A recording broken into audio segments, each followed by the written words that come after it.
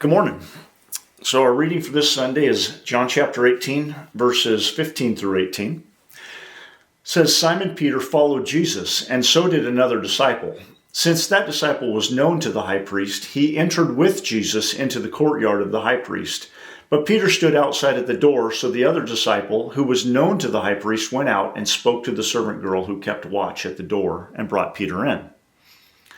The servant girl at the door said to Peter, Are you also not one of this man's disciples? Or you also are not one of this man's disciples, are you? He said, I am not. Now the servants and officers had made a charcoal fire because it was cold, and they were standing and warming themselves. Peter also was with them, standing and warming himself.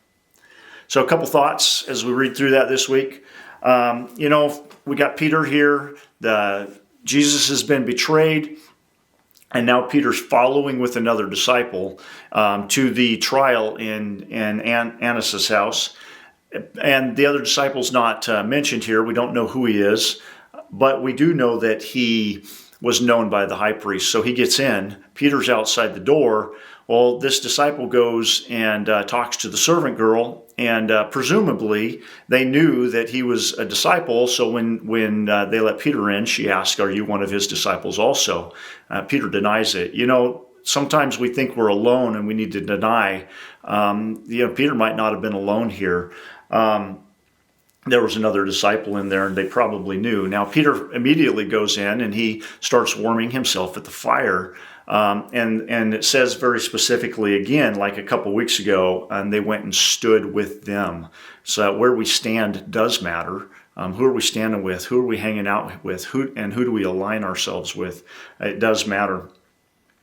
I also think it's a little bit interesting that here's Peter, presumably not more than an hour or 2 hours ago, had his sword out and he's fighting. He's ready to fight.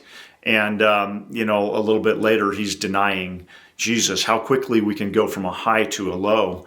I'd say if you want to read something interesting, go to 1 Kings chapter 18 and 19, and you'll see the prophet Elijah go through the same thing, a high and a low.